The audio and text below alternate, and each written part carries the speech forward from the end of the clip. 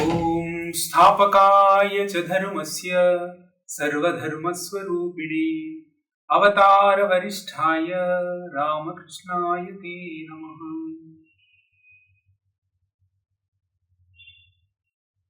అందరికీ నమస్కారం.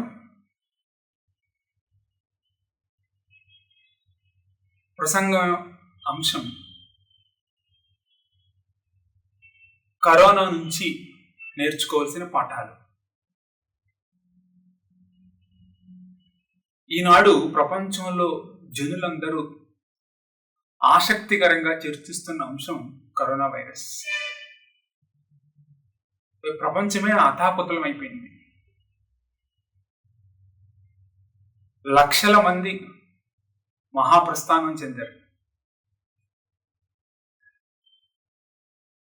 రామకృష్ణ మఠ సన్యాసులు గత 45 రోజులుగా గాయత్రి మంత్రం, మహామృత్యుంజయ మంత్రం, విష్ణు సహస్రనామం, ప్రార్థనలు, లోక కళ్యాణం కోసం చేస్తున్నారు. భారతదేశంలోని అన్ని రామకృష్ణ మఠాలు అర్హులైన వాడికి, వలస కూలీలకి రకరకాల సేవలు అందిస్తున్నారు. ఇది ఒక ఎత్తు అయితే, ఈ కరోనా వైరస్ మనకి ఏమి పాఠం నేర్పిస్తుంది తెలుసుకో. దీనికి సమాధానం చూస్తే, వేల కాలం నాటి పురాణంలో యక్షుడు ధర్మరాజుని ఒక ప్రశ్న వేస్తాడు. ప్రపంచంలో అద్భుతాలలోకెల్లా అద్భుతం ఏమిటి అని ప్రశ్నిస్తాడు. అప్పుడు ధర్మరాజు చెప్తాడు, అహన్యహని భూతాని గచ్చంతి యమ మందిరం తేషాం స్థిరమిచ్చంతి కమాశ్చర్యం అతప్ప. అంటే ఇది అందరికీ తెలిసిన శ్లోకమే. దాని అర్థం ఏంటంటే, రాత్రి పగలు మన కళ్ళ ముందు ఎంతో మంది చనిపోతుంటారు. బహుశా ఎంత ఎక్కువ మంది చనిపోవడం మనం ఎప్పుడు చూసుంటాం. అయినప్పటికీ కూడా నేను కూడా ఒకరోజు ఆ స్థితికి రావాల్సిందే అని ఏ ఒక్క మనుజుడు అలా భావించకపోవడమే అద్భుతాల్లోకెల్లా అద్భుతం అంటారు. ఇప్పుడు మీరు ప్రశ్నించవచ్చు, స్వామీజీ, సో పోయిన వాళ్ళు ఎలాగా పోయారు అనుకుంటే ఇలా అనుకోవడం సమంజసమా? జస్ట్ పట్టింపు లేకుండా అలా వదిలేయడమేనా అని మీరు ప్రశ్నించవచ్చు. మనం ఇంకేం చేయగలుగుతాం చెప్పండి? ప్రార్థన చేయగలుగుతాం, అంతే తప్ప ఇంకేమైనా చేయగలుగుతామా? ఏమీ చేయలేము. అందుచేత ఈ కరోనా నుంచి, అంటే ఈ కరోనా వైరస్ నుంచి మనం ఏ పాఠాలు నేర్చుకోవాలి?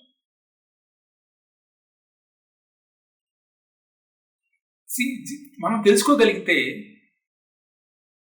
ఈ కరోనా నేర్పిన పాఠాలను కనుక తెలుసుకోగలిగితే, మనం జీవితంలో ఎన్నో ప్రతిబంధకాలని ఎదుర్కోగలుగుతాం. మనం అందరూ ఏదో ఒక రోజు చనిపోవాల్సిందే. అది సహజ మరణం కావచ్చు, లేకపోతే ఏదైనా వ్యాధి నివారణ పడి చనిపోవచ్చు. అది కరోనా కావచ్చు, మరొకటి కావచ్చు. కానీ నిజమైన మరణం అంటే, శృతి వాక్యం ఏమని చెప్తుందంటే, ప్రమాదో వై మృత్యు. ప్రమాదమే నిజమైన ప్రమాదం, మృత్యు అని చెప్తుంది. ప్రమాదమే నిజమైన మృత్యు. ప్రమాదం అంటే రోడ్డు ప్రమాదం కాదు. ప్రమాదం అంటే సంస్కృతంలో మెయిన్ అర్థం, ప్రమాదం అంటే అలసత్వం, ప్రమాదం అంటే అజ్ఞానం, ప్రమాదం అంటే మనసును నిమ్న స్థితికి దిగజార్చడం. దాన్నే దిగజారుడుతనం అంటారు. ఇది నిజమైన మరణం అంటే. సో దీని నుంచి నేర్చుకోవాల్సిన మొదటి పాఠం ఏమిటి అని చూస్తే,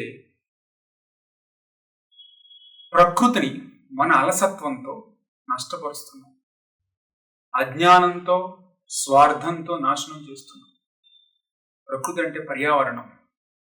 దానికి ఎవరు హాని కలిగించినా చివరకు దాని పర్యవసానాన్ని అందరూ అనుభవించాల్సిందే. అదే మృత్యు అంటే. ఆ పర్యవసానాన్ని అకాల వరదలు, భూకంపాలు, తుఫాన్ రూపంలో మనం ఎన్నోసార్లు అనుభవించాం. ఇకనైనా మారాలి, పర్యావరణాన్ని పరిరక్షించుకోవాలి. ఇది కరోనా నేర్పిన మొదటి పాఠం. ఇక నేర్చుకోవాల్సిన రెండవ పాఠం ఏంటంటే, ఒక చిన్న పిల్లవాడు ఈ లాక్డౌన్ సమయంలో భగవంతుని ప్రార్థిస్తున్నాడంట. Oh dear lord, during this lockdown I cannot be everywhere, you can. ఈ లాక్డౌన్ పీరియడ్లో నేను అక్కడికి ఇక్కడికే వెళ్ళలేను, నువ్వైతే వెళ్తావు, సర్వవ్యాపవు కదా, సో నా బంధువుల్ని స్నేహితుల్ని అందరినీ రక్షించేది ప్రార్థించాలంట. ఇక్కడ అర్థం ఏంటంటే, during this lockdown period I cannot be everywhere. ఎందుకంటే మనం ఎప్పుడు కూడా ప్రపంచం వైపుకే పరుగులు పెడుతూ ఉంటాం, పొద్దున్న నుంచి సాయంకాలం వరకు. ప్రపంచాన్ని తెలిసేసుకోవాలనే ఆతృత, ప్రపంచంలోని విషయ వస్తువులన్నింటినీ సేకరించాలనే తపనే తప్ప లోపల ఒక ప్రపంచం ఉంది, ఆత్మ ప్రపంచం ఉంది, దాని లోతును తెలుసుకోవాలనే ఆలోచన ఎప్పుడు ఉండదు. అయితే ఇది ఒక ఎత్తు, దీని పక్కన ఉంచండి. ఇప్పుడు ఈ లాక్డౌన్ సమయంలో ప్రతి ఒక్కరూ కూడా మీ సమయాన్ని మీరు ఎలా వెచ్చించారో తెలుసుకునే ప్రయత్నం చేస్తే రకరకాల సమాధానాలు వస్తాయి. ఆధ్యాత్మిక సాధకులైతే మాకు మంచి సమయం దొరికిందంటారు. దెన్ కొంతమంది ఏమంటారంటే, ఇంతవరకు కుటుంబంతో ఎక్కువ కలిసి స్పెండ్ చేయడం జరగలేదు, ఇప్పుడైతే ఉండగలిగాము, కానీ కొన్ని రోజులు కుటుంబంతో కలిసి ఉండడం బాగానే ఉంది, కానీ తర్వాత చాలా కష్టం అనిపించింది అన్నారు. తర్వాత యూత్, సాఫ్ట్వేర్ రంగంలో పనిచేసే వాళ్ళు, వీళ్ళందరూ కూడా కొంతకాలం ఇంట్లోంచి చేయడం బాగానే ఉందండి, కానీ ఇంట్లో ఉంటే చాలా బోరు కొట్టేస్తుంది అనేవాళ్ళు ఉన్నారు. ఇంకా మందు బాబులు అయితే మాకు నరకంగా అనిపించిందని చెప్తున్నారు. ఇవన్నింటినీ బేరీజ్ వేస్తే ఒకసారి ఆలోచించండి, మంది మార్బలం, సాంకేతిక టెక్నాలజీ ఇవన్నీ ఉన్నప్పుడు కూడా మనం ఆనందంగా ఎందుకు ఉండలేకపోయాము? ఇంతవరకు వాటితోనే కదా మమేకమైపోయి ఆనందాన్ని అనుభవిస్తున్నాము, దీనికంటే వేరే ఆనందాలు లేవు అని భావించిన వాళ్ళం. ఎందుకు ఎలా జరుగుతుంది? సో ఉద్యోగం చేస్తున్న వాళ్ళు కుటుంబానికి సమయం కేటాయించలేకపోతున్నాము అన్నప్పుడు, కుటుంబానికి సమయం కేటాయించే సమయం వచ్చింది, 45 రోజుల పాటు సమయం వచ్చింది, అప్పుడు కూడా అయ్య బాబాయ్ మా వల్ల కాదు అని అంటున్నారంటే దీనిని సరైన కోణంలో ఆలోచించాల్సిన అవసరం ఉంది. ఎందుకంటే you cannot take it very easily. దీనికి ఏమంటారంటే, దీనిని వివేకం సరిగ్గా సహకరించకపోవడమే అని చెప్తారు. మన వివేక ప్రదర్శన అజ్ఞానంతో కూడినదై ఉండటం వలన, నోట్ దిస్ పాయింట్, మన వివేక ప్రదర్శన, అందరికీ తెలివితేటలు ఉంటాయి, డబ్బు సంపాదించడం, దాన్ని ఎలా ఇన్వెస్ట్ చేయడం, ఇవన్నిటి పట్ల చాలా తెలివితేటలు ఉండొచ్చు, కానీ ఆ వివేకం నేను తప్పు పట్టట్లేదు. కానీ మన వివేక ప్రదర్శన జీవిత గమ్యాన్ని చేరుకునే దిశగా కాస్త జ్ఞానంతో ఉండాలి. వివేక ప్రదర్శన జ్ఞానవంతమై ఉండాలి. అయితే మన వివేక ప్రదర్శన అజ్ఞానంతో ఉండడం వల్ల మనం మృత్యు బారిన పడుతున్నాం. అంటే మృత్యు అంటే నేను చెప్పాను, ప్రమాదో వై మృత్యు అని చెప్పాను.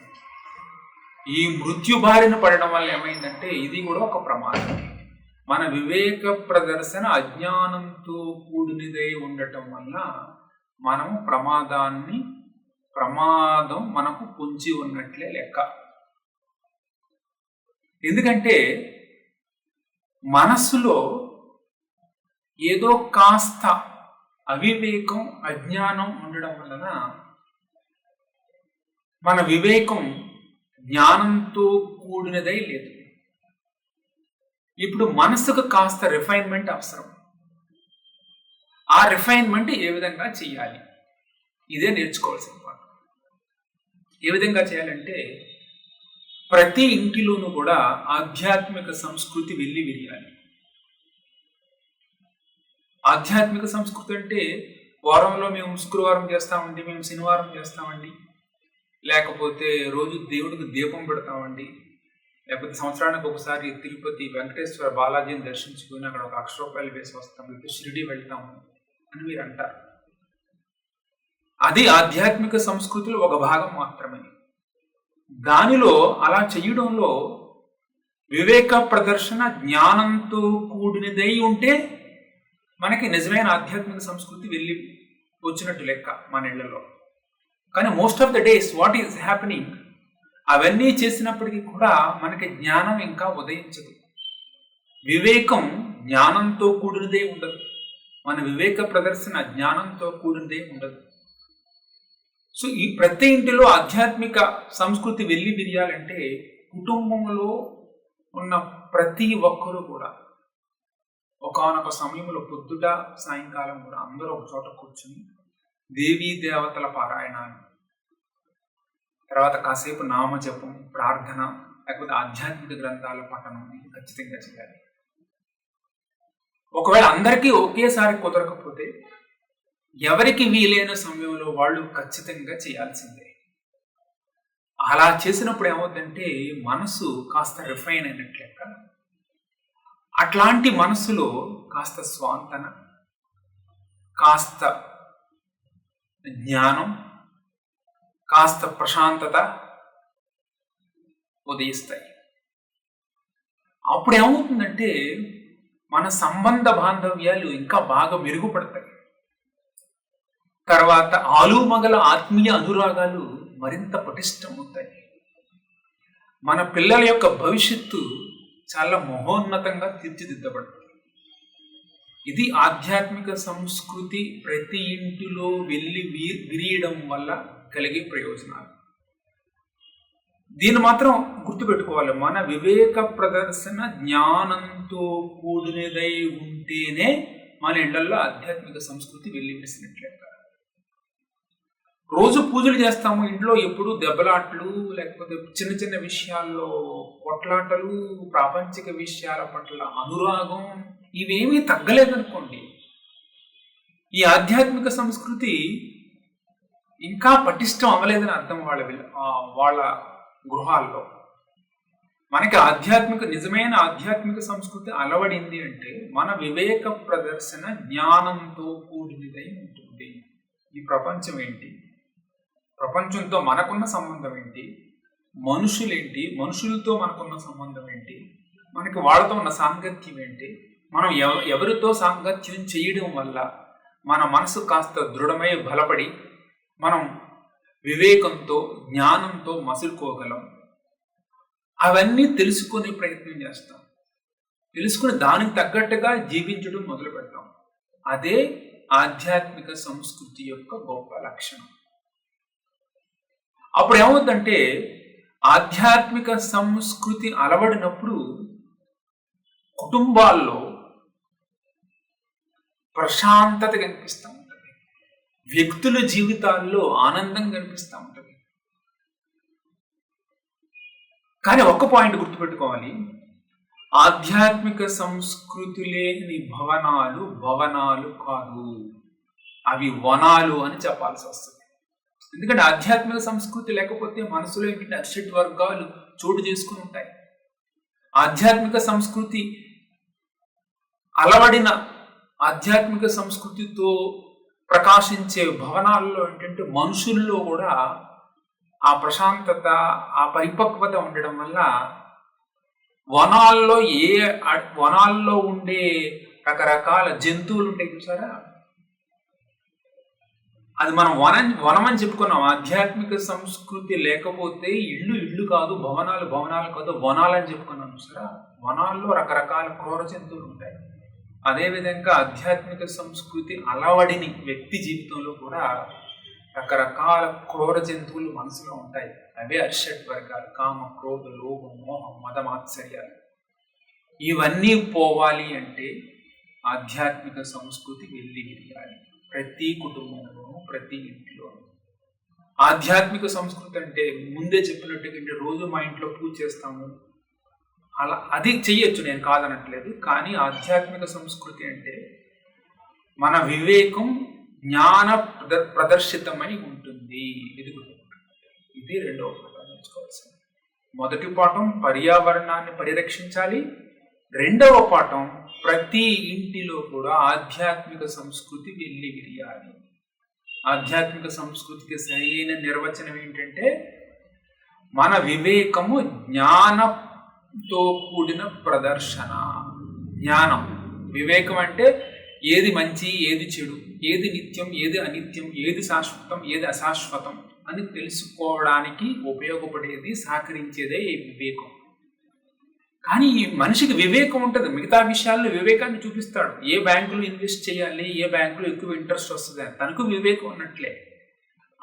అది దాని గురించి మనం మాట్లాడట్లేదు. ఇక్కడ వివేకం మనలో మన ఇళ్ళు భవనాలు వనాలుగా ఉన్న ఇళ్ళు భవనాలుగా మారిపోవాలంటే ఈ ఆధ్యాత్మిక సంస్కృతి వెళ్ళి విరియడం ద్వారా ఆ కుటుంబంలో నివసిస్తున్న, ఆ కుటుంబంలో ఉంటున్న వ్యక్తుల మధ్య సత్సంబంధాలు మెరుగుపడడానికి సహకరించాలి. అదే ఆధ్యాత్మిక సంస్కృతి అంటే అర్థం ఏంటి? భగవంతుణ్ణి కేంద్రంగా చేసుకుని జీవించాలి. ఇది ఆధ్యాత్మిక సంస్కృతి నేర్చుకోవాల్సిన రెండవ పాఠం. ఇక మనం నేర్చుకోవాల్సిన మూడవ పాఠం, నిజానికి ప్రతిరోజు కూడా మనకి మృత్యు నీడలు అనుభవంలోకి వస్తాయి. ప్రతిరోజు రాత్రి నిద్రలోకి వెళుతున్నప్పుడు ఈ జాగ్రత్త ప్రపంచాన్ని నుంచి పూర్తిగా విడివడి నిద్ర లేక స్వప్న సుషుప్తిలోకి వెళ్ళిపోతాం.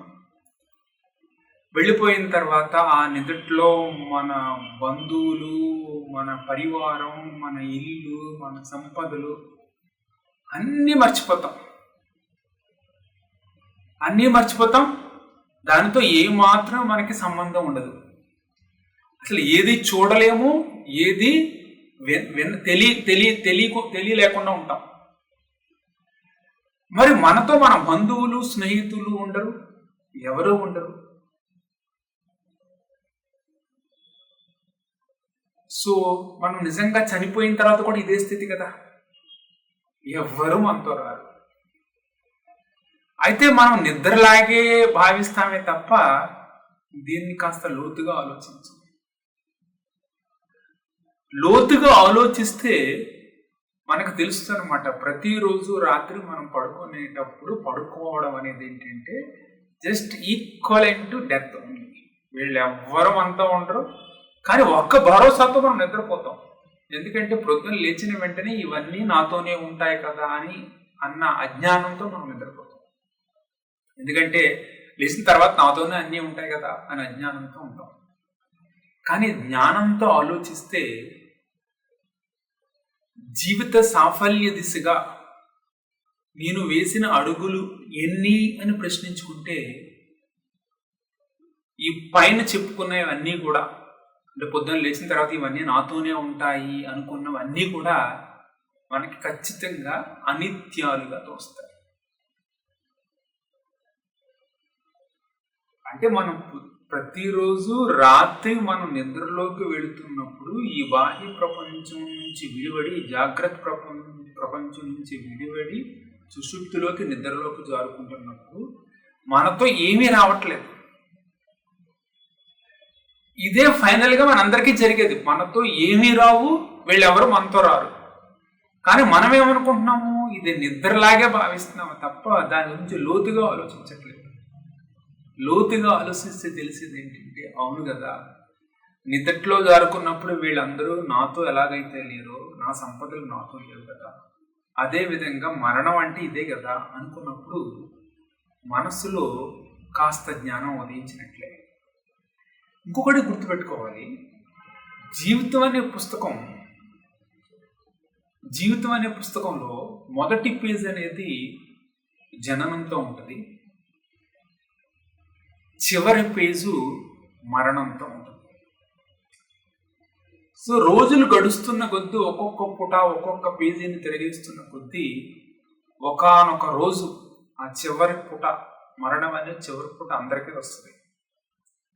నాకొద్దు, చివరి పూట వద్దు నా వల్ల కాదు, నేను భరించలేను, నేను మళ్ళీ కొత్త జీవితాన్ని మొదటి పేజీతో జనంతోనే మొదలు పెడతానంటే అది సంభవం కాదు. ఎందుకంటే చివరి పూట మరణం అనేది ముగించిన తర్వాతే మళ్ళీ కొత్త జీవితం వస్తుంది.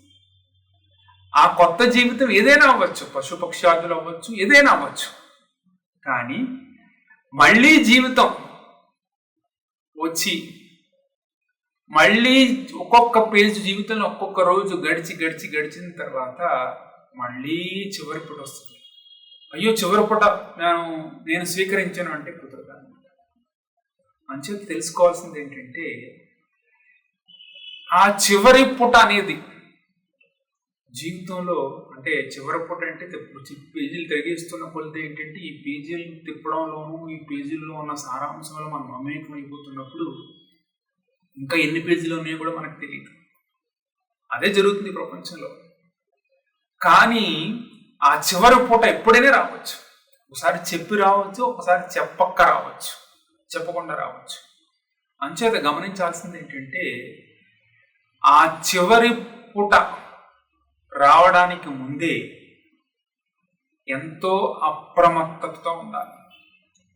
జీవితంలో ప్రతి పుటను చెప్పాను చూసారంటే, ప్రమాదో వై మృత్యు, అప్రమత్తత లేకపోవడమే మృత్యుతో సమానం. అప్రమత్తతో ఉండాలి. జీవితంలో ప్రతి పుటను వివేకంతో వాడుకోవాలి. వివేకం అంటే ఇందాక చెప్పుకున్నాం, జ్ఞాన ప్రదర్శన.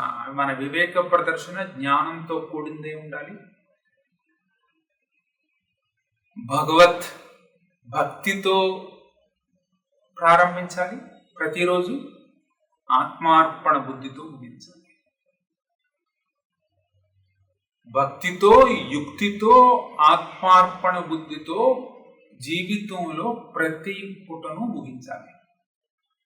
అప్పుడు ఏమవుతుందంటే మనం ప్రమాదం నుంచి బయటపడుతున్నట్లే, అప్రమత్తత వహిస్తున్నాం.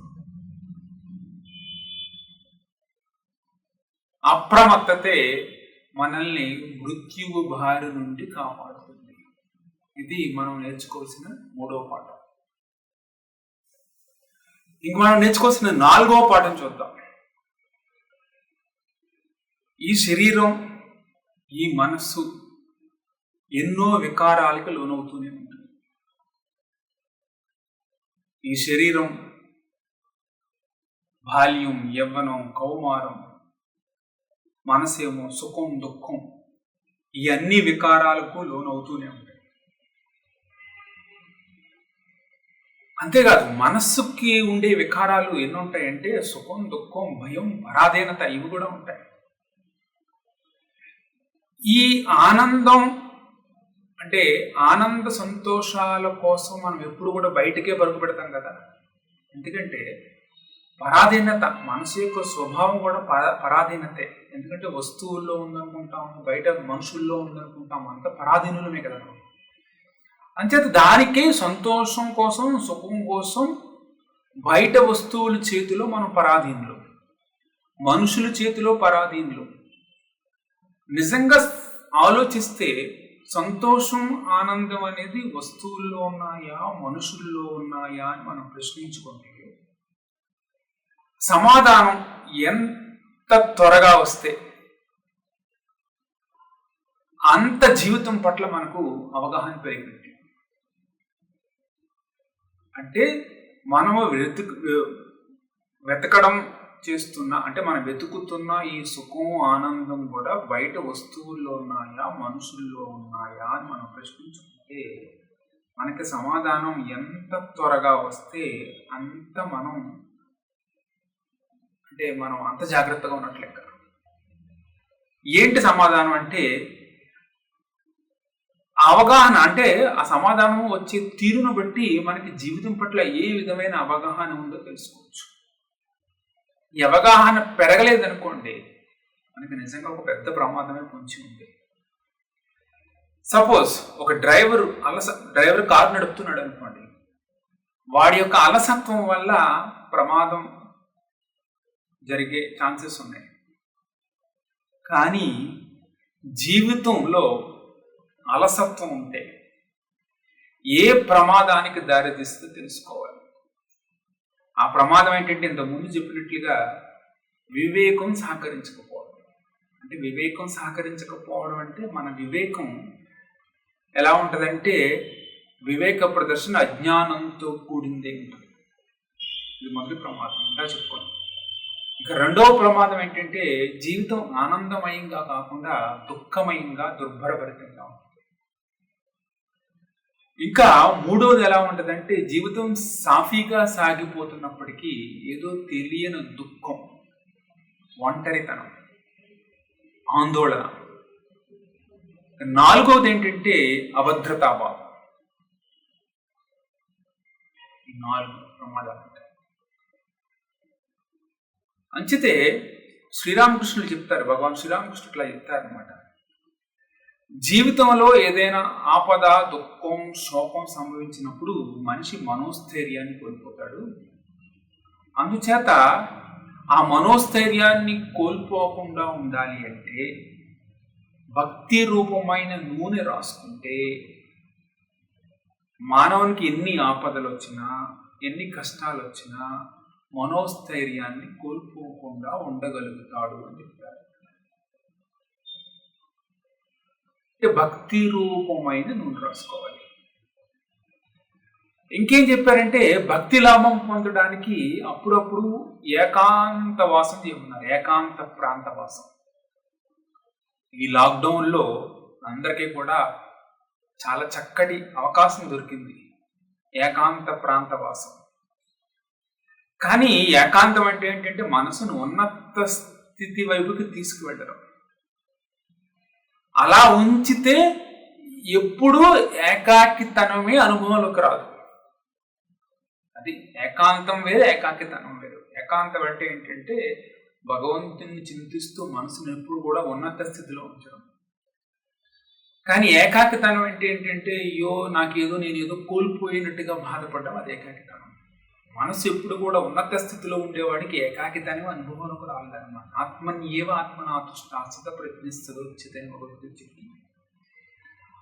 అంతేగాని మనస్సును దిగజార్చే ప్రయత్నం చేయకూడదు. ఏకాంతవాసం, ఏకాకితనంతో మనసును దిగజార్చే ప్రయత్నం చేయకూడదు.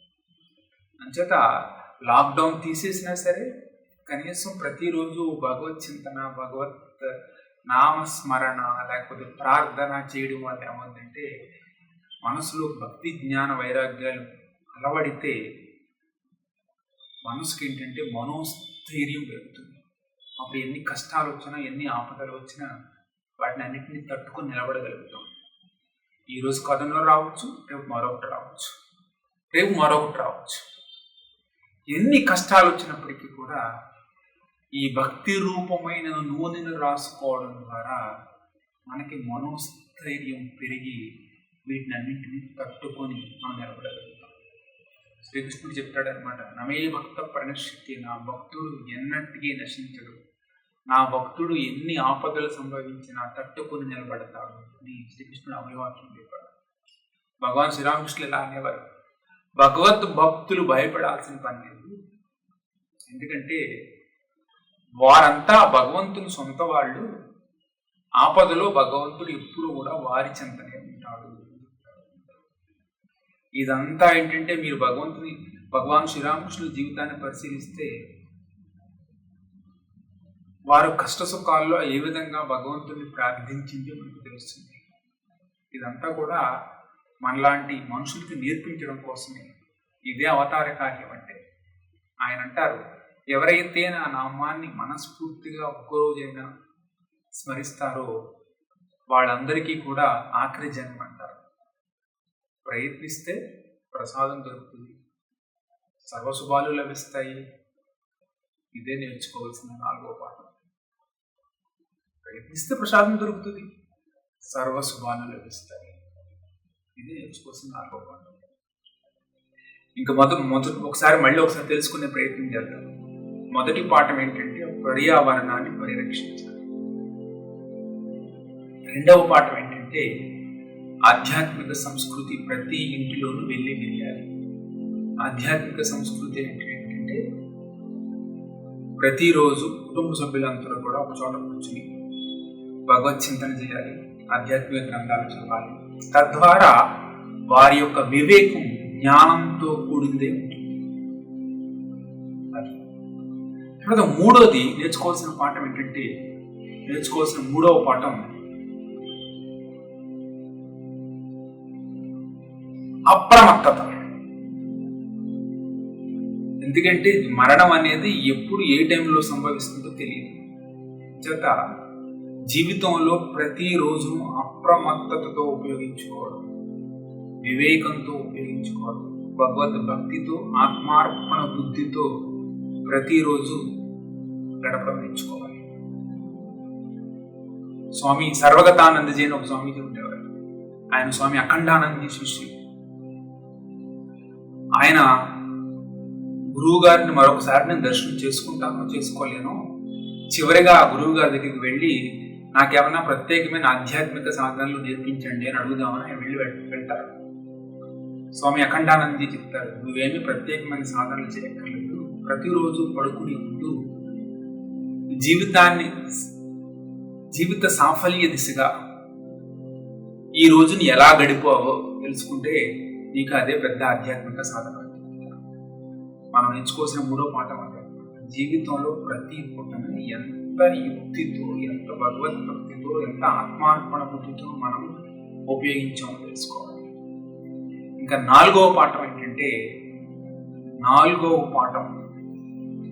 ప్రమాదం ఎప్పుడైనా కొంచెం ఉంది.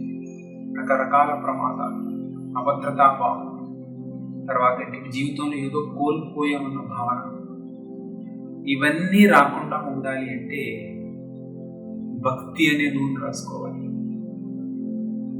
భక్తి అనే నూనె రాసుకున్నప్పుడు ఏ ఆపద సంబంధించిన, ఏ దుఃఖం సంబంధించిన భగవంతుడు నా చెంత ఉంటాడు అనే భరోసా, విశ్వాసం, నమ్మకం అంటే అందరికీ కలుగుతుంది. తద్వారా మనం ఏదైనా సాధించగలుగుతాం. ఇది నేర్చుకోవాల్సిన నాలుగో పాఠం. పదే పదే సర్వతమో అనుకృంతనం, పదే పదే సర్వశుభప్రదాయకం, ప్రదక్షిణం భక్తియుక్తేన చేతసా కరోమి మృత్యుంజయ రక్ష రక్ష. ఓ మృత్యుంజయ, నీ పట్ల భక్తితో కూడిన మనసుతో, యుక్తితో నీకు ప్రదక్షిణం చేస్తున్నాను. ఒక్కొక్క మెట్టుగా నాలోని అంధకారాన్ని తొలగించి, సర్వశుభాలను కలిగించి నన్ను సర్వదా రక్షించు. సర్వే భవంతు సుఖినః, సర్వే సంతు నిరామయాః, సర్వే భద్రాణి పశ్యంతు, మా కశ్చిత్ దుఃఖభాగ్ భవేత్. లోకా సమస్తా సుఖినో భవంతు. అందరూ సంతోషంగా ఉండాలి కాక, అందరూ ఆరోగ్యంగా ఉండాలి కాక, అందరూ మంచినే గ్రహించాలి కాక, ఎవరు దుఃఖం చెందకూడదు కాక. ఓం శాంతి శాంతి శాంతి. శ్రీరామకృష్ణ.